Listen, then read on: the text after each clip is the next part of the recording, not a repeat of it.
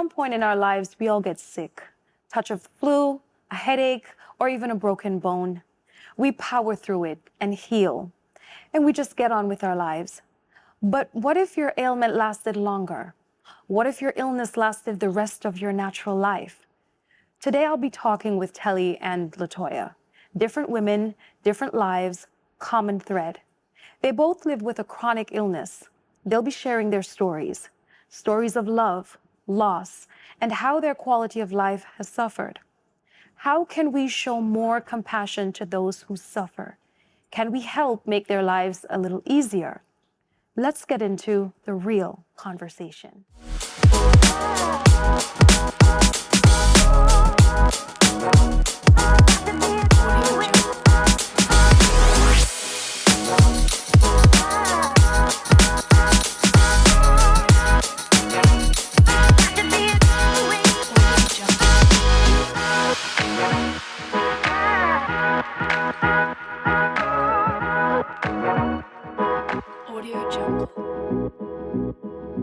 Thank you so much for joining me on the couch, LaToya and Telly.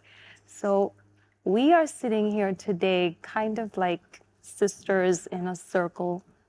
Some would say unfortunate, because we are discussing the topic of chronic illness today. So I'm just going to jump right into this because I know there's so much information that we could cover, and there's so much information out there and so many misconceptions about chronic illness. Who gets it? Why? What did we do wrong? What aspect of our health did we not take proper control of? And then how we get back to a place of acceptance and love, and just feeling like we have, even though our dynamic or some aspect of our life has changed, we still have our place in not only society, but in our own lives. And we can take back control over our bodies, our health, and ourselves. So I'm going to speak with you first, LaToya. Well, my chronic illness is, I guess the umbrella would be allergic rhinitis, and that encompasses severe fragrance sensitivity, which also goes hand in hand with asthma, sinusitis, and but for the last few years, what has been the worst part of it is the fragrance sensitivity. I experienced anaphylaxis, and it's a severe and life-threatening allergic reaction to any allergen. And for me, it's fragrances, but especially bleach. And whenever I'm exposed, it's instant. I start experiencing tightness in my chest and throat. My throat closes up. I can't speak. There's confusion, anxiety, and your body is just going into shock. And oftentimes I can't help myself, and I have to rely on like others around me to assist. I was first diagnosed in 2016, but I've dealt with allergies ever since I was a child. So allergy to dust, and then eventually diagnosed with asthma in high school, and just it becoming worse over time. And I remember when I was diagnosed with fragrance sensitivity, my doctor said, I'm going to have to give you a letter to put on your file at work. I said, why do I need that? And he said, because there's going to be time when you're going to be absent from work, and there needs to be something there to justify that.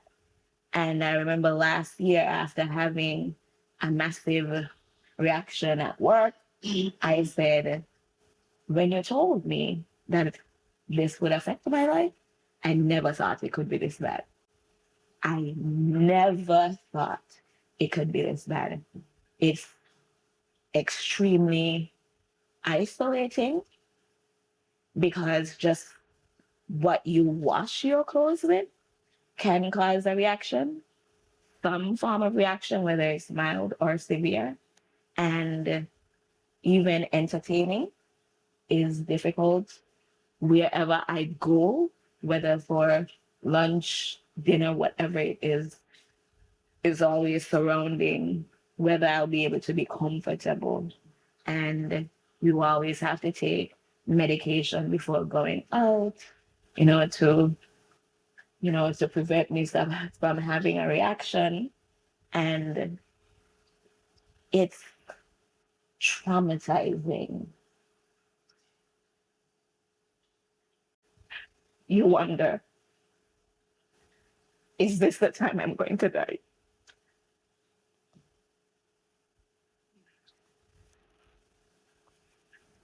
Ooh, okay. It's You feel a lot of anxiety, really painful when you're dealing with it and the after effects, because you are dizzy and you feel faint, and it takes sometimes a week, 2 weeks to recover after having a major attack. And you have to deal with people treating your illness like you're pretending, because in their mind it's invisible. But for me, it's real. It's something that I deal with every day of my life. Every day, in some way, shape, or form, I am triggered, whether it be mild from irritation of the eyes to sinus headaches or full blown anaphylaxis. And you try as much as possible to live as normal as a life as you could possibly live. But there are days when it's extremely difficult. And you just want to wake up and not have to deal with things like this anymore. But it's my reality. And being a guidance counselor, I think I've learned to give myself grace and to understand and accept that some days are just not good. And for me to rest in that emotion, that it's okay that I'm not doing good today. This week has been a terrible week. I have had a terrible week. I had a major allergic reaction at work on Monday. I've been an EpiPen carrier since 2016, and Monday was the first time I've had to use my EpiPen because the reaction was that bad. And my mind and my body was shutting down. And I couldn't even take out the medication to help myself. And if it wasn't for the fact that there were teachers who I took up the EpiPen and they administered it, and then I was taken to the hospital, only for me to open the doors of the emergency, but in the emergency to be smelling of bleach. Oh, wow. So I was thrown right back into anaphylaxis. Into anaphylactic shock. And I'm out in outpatient because I can't go in and I need help. And I'm telling myself, I'm dead. Oh, oh, I'm sorry. I'm sorry. It's all right. It's okay. You're here. You're here. Luckily, like one of the younger doctors was going in ahead of me, Mm-hmm. and I was able to like grab him, and I'm saying like anaphylaxis, allergic to bleach, because I'm trying to speak. And I'm out in outpatient just waiting for help. And a nurse, like everybody outside is trying to get somebody to help me. Like, somebody just come help her. She can't breathe. And a nurse came out and she was like, she threw up her hand and she never once did she come over to check on me. She didn't come over to check on me. And I'm thinking, I'm dying. And eventually, the doctor ran back out with a paramedic with the oxygen. And they had to bring me out further to the front so that I could get air. And I'm like, they're trying to like calm me down and they administer oxygen. And I'm telling them, eventually the nurses came out and they were telling me, we have to get you back down into emergency. I'm like, I can't.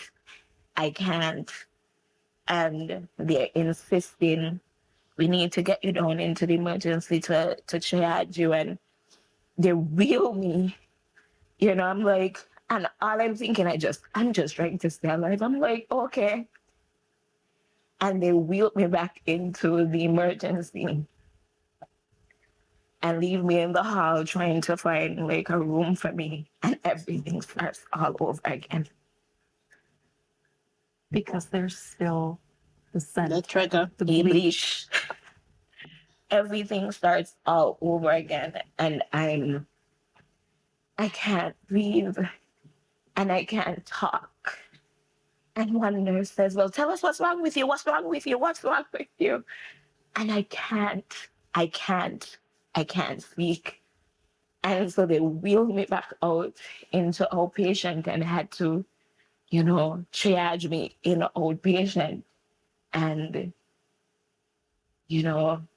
had to give me the antihistamine shot again. And by this time, I'm exhausted. I'm weak. I feel like I'm about to faint and my whole body is shaking. I'm shaking and I'm bawling. I'm bawling my eyes out. And I'm like, all I'm thinking is that this place is not for me, but this is emergency services. Mm-hmm. This is emergency services, but this place is not equipped for me. Like, what am I supposed to do? And so they came out and they're doing their thing and everything. And then they went inside. And I was out in outpatient by myself. It just so happened that another guidance counselor was there and she came out to be with me. Wow. And I was there by myself. And she started like rubbing my shoulders. I remember saying, I didn't realize how much I needed that. She rubbed my shoulders. And that's when the shaking started to subside, because experiencing anaphylaxis is like having a heart attack, and an asthma attack, and an anxiety attack all at once. All at once. And even like after the fact, like this terrible, terrible anxiety. Like, it's called like feelings of impending doom. Mm-hmm. And it just stays with you for this long period of time. There are times when I get ready for work and I come out of my house and I'm on my steps and I can't move. I can't move. And I'm bawling. And I'm telling myself, like, you have to go to work. You have to go to work. But when you go to work, that's the place where you're going to be triggered. Because even when you say this is the case and people go right on doing what it is, that can cause you to die, there's a lot of anxiety that is around that. Yeah. And, I always say, if something is not growing on you, and people can see it, they don't believe that something's wrong. Mm-hmm. And I've had people say, well, I don't know if you're taking advantage of your illness. Mm-hmm. And I'm saying, I'm here every day. I remember going to work for months, feeling like I was underwater. Like, whenever you talk, everything sounded distorted. Like when you're at the beach and you're under the water, there is because my allergies are acting up. I have so much sinus pressure. So, your ear, nose, and throat are connected. And I have all this sinus pressure and pain in my ear and all these things. And I'm extremely congested. And I'm taking medication and I'm like, you're barely getting any relief, but I'm showing up. And I feel like I'm underwater every day, could barely breathe for months. And the whole breathing thing has been for years. And I remember going to the ENT for the first time here. And I explained how I felt, and she put, that tube with the camera down my nose. And she was like, oh my God, no wonder you feel like this. Everything was swollen and inflamed. And I remember she prescribed a new nasal antihistamine. And the first time I sprayed it up my nose, I was like, oh my word, I haven't breathed like, a good breath of fresh air in years.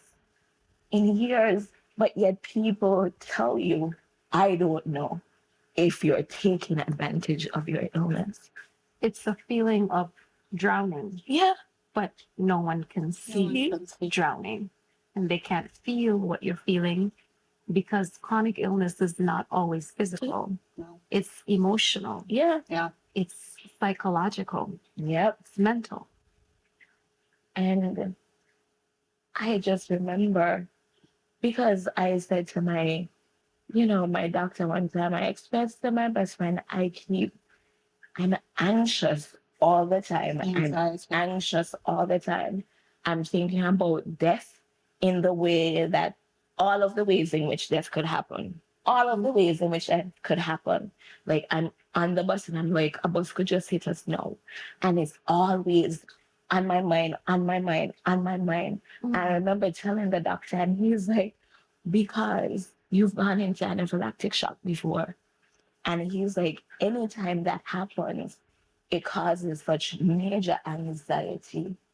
And I remember feeling so seen, because I'm like, what is this? Like, what's happening to me? It can also create PTSD. Yeah. So you're constantly Like a PTSD, actually. you're dealing with that post-traumatic stress. Yeah. Well, I'm gonna let you Breathe. yes, and we are going to come back and we're gonna continue this conversation. Yeah.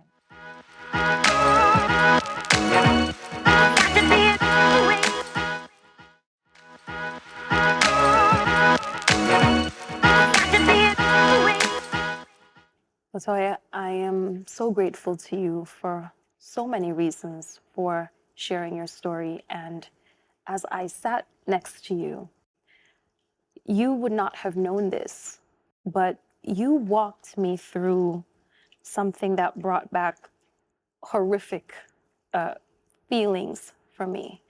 I had a brother who passed away last year, actually in April of last year.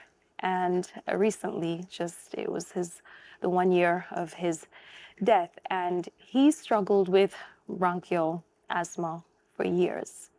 And for months, I struggled with the haunting feelings of what he could have been feeling, because I wasn't there. And no one was in that ambulance with him.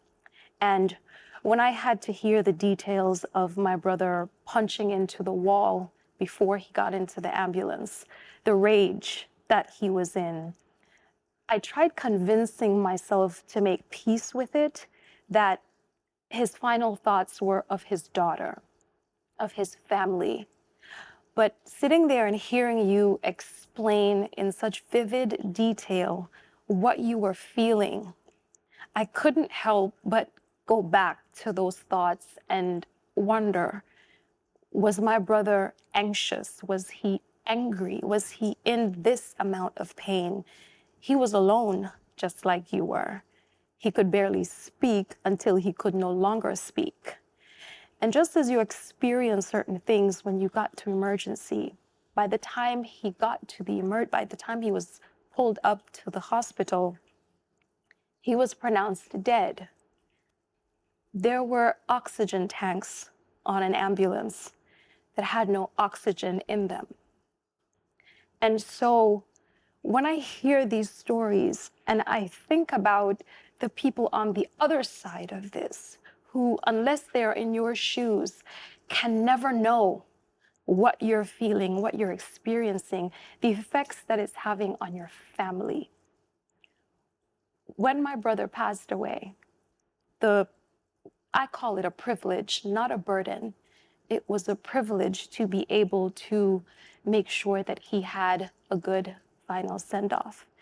And during that time, what my family did not know was that I had previously, earlier that year, been diagnosed with having hemolytic anemia. I was producing red blood cells that were dying way too rapidly than I was producing them. The red blood cells are responsible for taking oxygen to the rest of our body. So at any given time, I could be walking down the street and I could have a heart attack, or I could pass out because there's not enough oxygen getting to my heart, or there's not enough oxygen getting to my lungs. And I chose not to share that with my family, one, because of the stigma that comes with chronic illness. I had to hear people criticize the fact that my brother was extremely fit. And so he must have been doing something else for this to happen. He must have been on drugs, or he must have been smoking too much, or whatever. And for me, I thought, well, the same thing would happen if it's me. And then second to that, how could I put this on my grieving family? How could I tell my mother? So there is also this feeling of, you feel like a burden. And you feel like this is not just going to be a me problem, but it is going to become a we problem, especially when you come from a family and you have a certain support system. Whatever bothers me, my mother takes on. Whatever bothered my brother, I took on.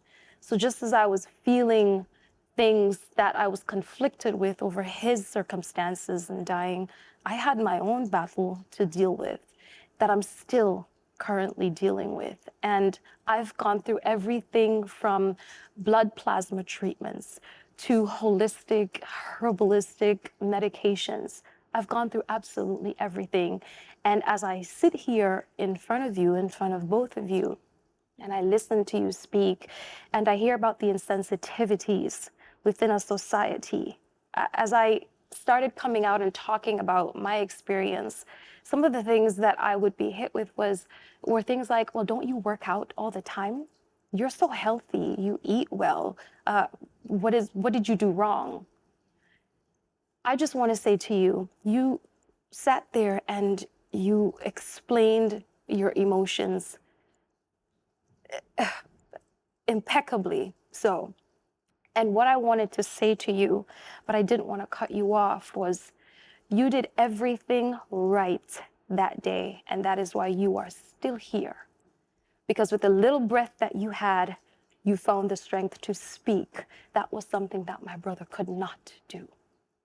With the little bit of strength and with whatever emotion was overtaking your body, whatever expressions were on your face, it told somebody that you needed a shoulder, an arm around your shoulder. So everything you did in that moment was right. So when you're standing on that step and you feel like you're screaming and nobody else is hearing you, understand that you're not doing anything wrong. You did not do this to yourself. It took me a year to come to terms with the fact that I didn't do anything wrong. Because the empathy that I see in your eyes probably stems from the fact that you understand what it's like to be that person who needs empathizing with. So we're gonna come back and we're gonna go to you, Telly, and we're gonna hear your side of the story.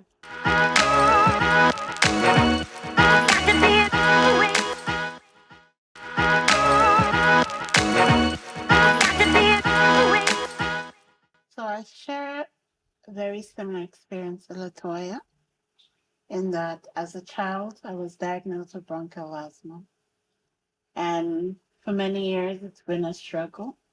I've had times in my life, just a few times, where I probably had no symptoms at all. Maybe around 2018, I had an incident that actually had me hospitalized here in St. Kitts. And it was, I think it was in December. So I actually spent the new year in ICU. And at the time, it's one of those things where when you're always fearful of catching a cold because it could evolve into something worse. So around December, January, always a bit of a challenging time where you either get bronchitis or one of those allergies. So I'm allergic to pollen. Go figure. So all the plants, and I love plants. There's some types of pollen I'm allergic to. I'm allergic to dust and so on. So at this time in my life, I was extremely hypersensitive for whatever reason, and I developed a bronchial asthma. So having been one to suffer from this all the time, sometimes even when it's bad and I can't breathe and I can barely move, I still find ways of struggling through it. I might use my pump more than the prescribed amount of time. But I think I remember it got so bad I could barely walk 2, 3 steps and I couldn't breathe. So I remember going to Garfield. I looked for Dr. Garfield and I told her and I said, listen, I don't feel well. By the time I got to his clinic, he said, you know what? Go straight to the hospital. Got to the hospital. It looked as though I started getting an onset of pneumonia. And, it's like when you're suffering from a lung disease, you don't necessarily feel pain apart from maybe being tired from trying to breathe, etc. So it took a while for me to recover, so like 2, 3 months.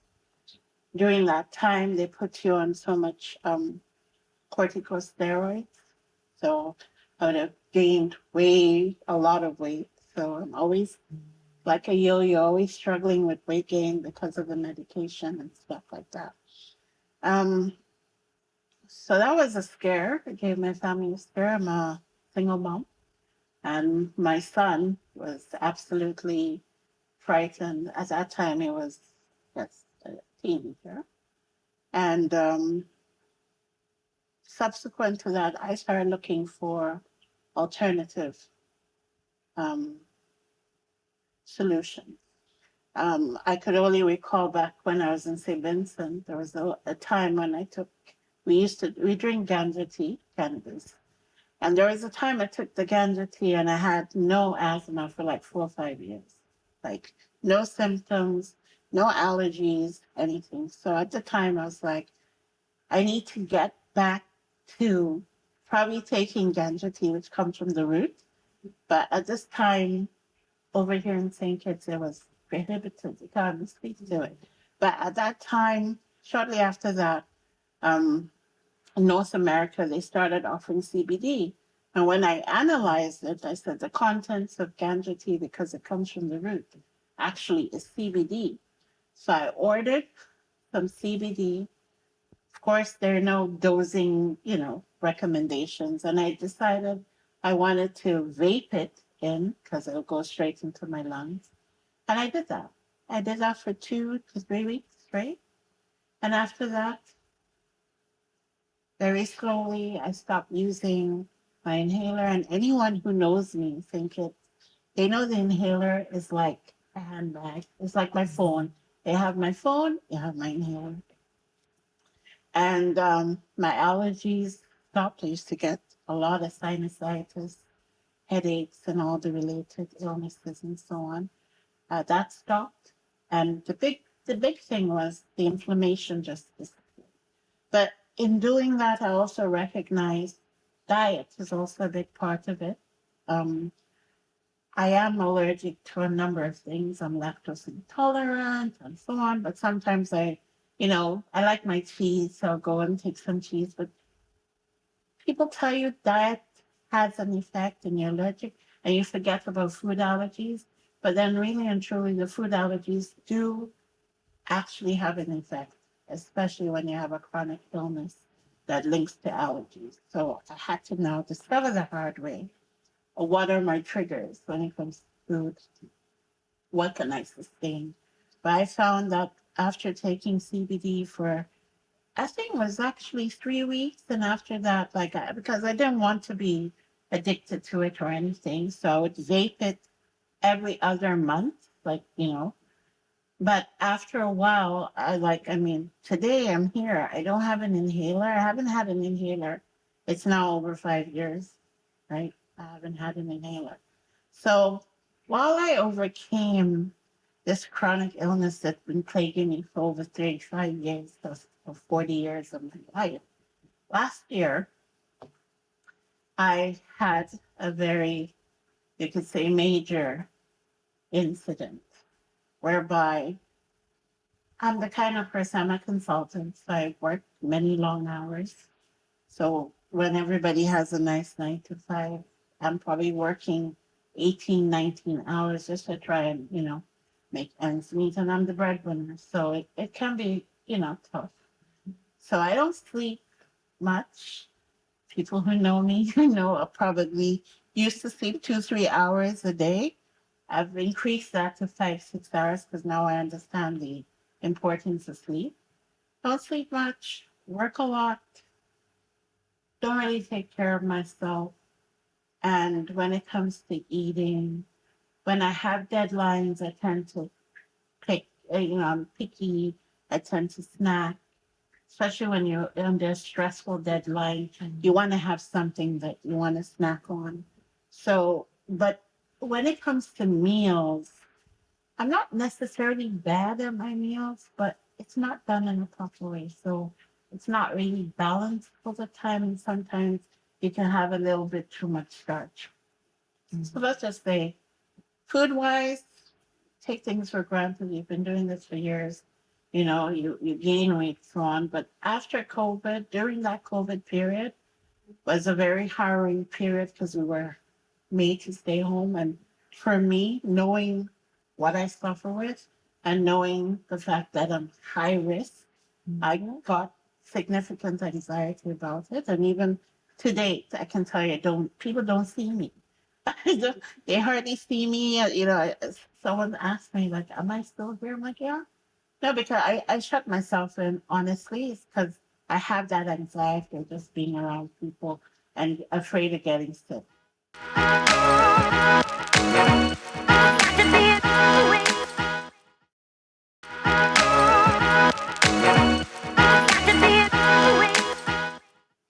So, unfortunately, when you're in that kind of context where you're at home, you're not necessarily doing what you normally do, like at least walking around and exercising. So I had put on and gained a lot of weight. As a matter of fact, I'm still big, but I've actually lost like 20 pounds. Oh, That's how significant it is. That's how much weight I put on. So when you're putting on weight, you're doing sedentary work because I'm working from home. I work remotely all over the place. You're not doing enough exercise. Okay. Obviously things are now going to start falling through the cracks. So my bad eating habits became even worse. And I mean, there was a time, so last year around early July, I recognized the weight gain. And I obviously got really conscious about trying to lose it.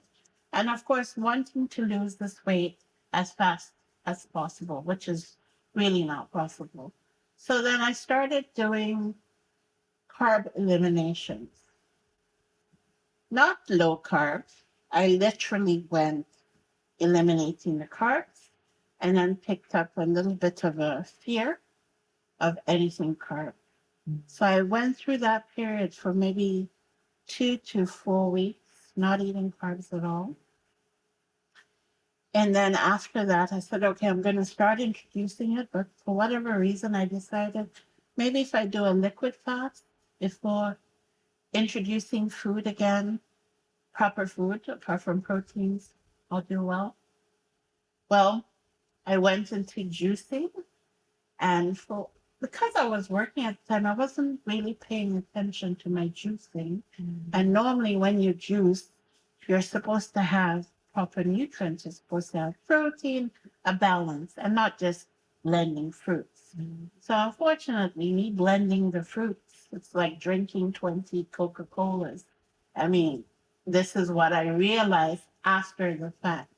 So, I went through 2 weeks of juicing, and I noticed over those 2 weeks, start getting hot. I thought I was going through menopause. I was having hot flushes. So I said, oh, I'm going through menopause early. Then, of course, I started going to the bathroom frequently, and I thought it's just the heat. Um, then when I realized, okay, maybe just juicing is actually messing with triggering my blood sugar and stuff like that. I decided, okay, time to come off the juicing. And what did I do? Decided I'm going to do a 24-hour fast. I did a 24-hour fast. Look look at the history. I went from 4 weeks of no carbs, protein vegetables, can't really call the veg carbs, but no carbs. Then 2 weeks of juicing, extreme carbs, then a 24-hour fast with nothing in my system. Well, like a car, the engine knocked. And the very next day, I remember that day feeling I was very ill. I kept going to the bathroom frequently. I started throwing up. It got to the point where I started becoming delirious. And that's when my son recognized this is not normal. And he decided it's time to go see the doctor. And I kept telling him, no, I'll go tomorrow because I had like a training session that evening. Luckily, he called the ambulance because by the time he called the ambulance, I had no recollection of anything that happened after that. At the time, I was in Nevis last year. I was, the ambulance took me to Alexandria. And apparently, when I got to the hospital, I slipped into a coma. When I came to, it was days later. Of course, I didn't even know I was in a coma. I just thought, okay, I felt sick. For whatever reason, I'm in the hospital. I do have a slight recollection. My son saying he's going to call the doctor, right? And everyone's looking at me and going, you're back. People walking in and saying, you're with us, you know? And for 2 or 3 days, I was still like, okay, you know? They asked me, do you remember anything? I'm like, no. And it was only after, probably after the third or fourth day of me waking up, the doctor's like, you were in a coma officially. You went under in a coma. And it was a diabetic coma. So I'm like, are you diabetic? Never ever been diabetic. And even though I had my weight, etc., not even been pre-diabetic, right? So I was in the ICU for maybe about 3 weeks. So it was when they told me it's a diabetic coma, I was forced in denial because It's the first time, and they're like, yeah, and they're like, well, of you're that not diagnosis? diabetic. I'm like, no. So the fact that I'm very lucky to have woken up from the coma, it's like, if my son hadn't called the ambulance when he did and insisted, right? Because when I slipped into the coma was when we got to the hospital. And they were able to work quickly. And even then, they kept asking, and she diabetic? No, no. But he said, he suspects my sugar is high because I've been doing all this juicing and I did that 24-hour thing. It's possible. But he did tell them I'm not diabetic, but it's possible that I have a sugar spike. Because we all get sugar spikes. We don't necessarily realize it. So of course, for me, it felt like a death sentence. And shortly after speaking to my siblings, they're like, oh, it's metabolic. You should be fine. I mean, you go over your asthma and so on, so you should be fine and stuff. And, well, when I came home, I was on both insulin and metformin, very high dose, and was taking it twice a day because after that, my blood sugar was not settling. You know, it's like my body had gone through like, war, and everyone says it's a miracle. Like, so getting home maybe 2 weeks after I got home, that's when my blood sugar started to settle. I still check my blood sugar day and night, but over time I started, should I say, relearning how to eat.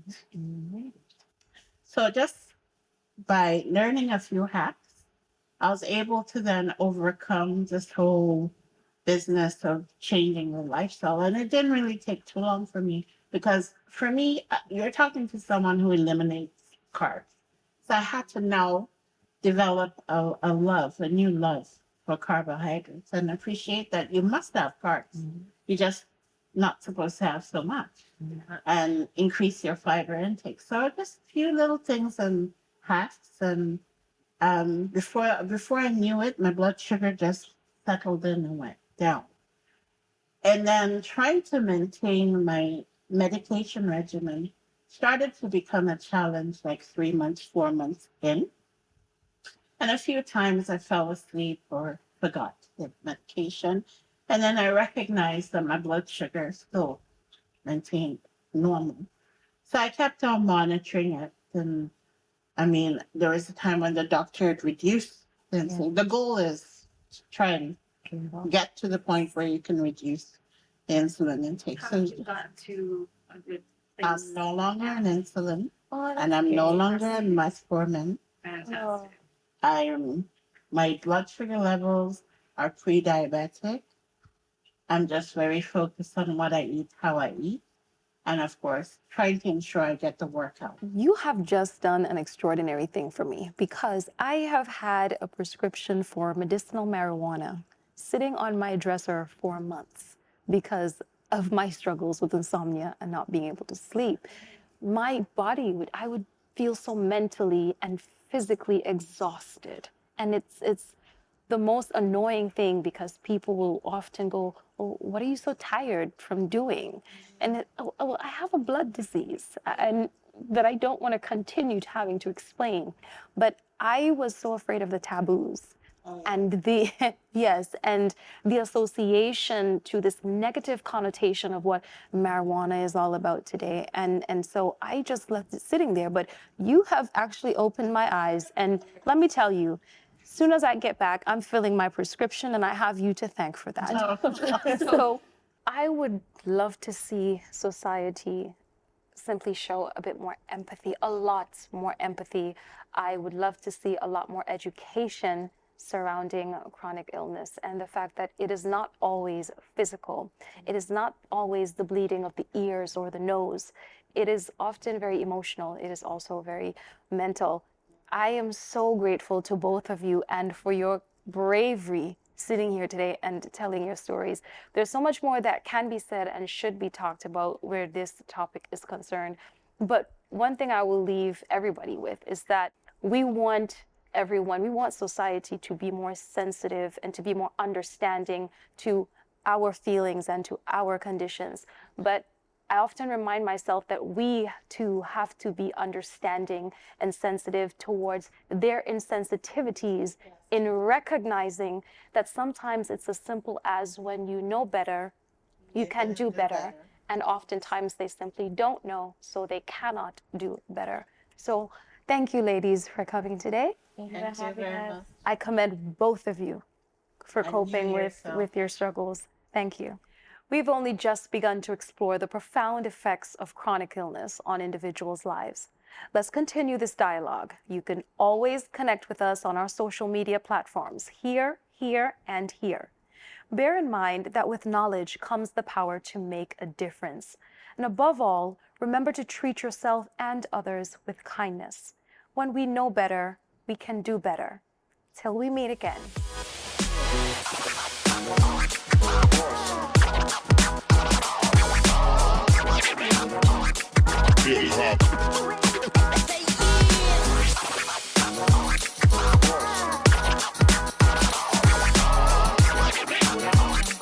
Hip hop.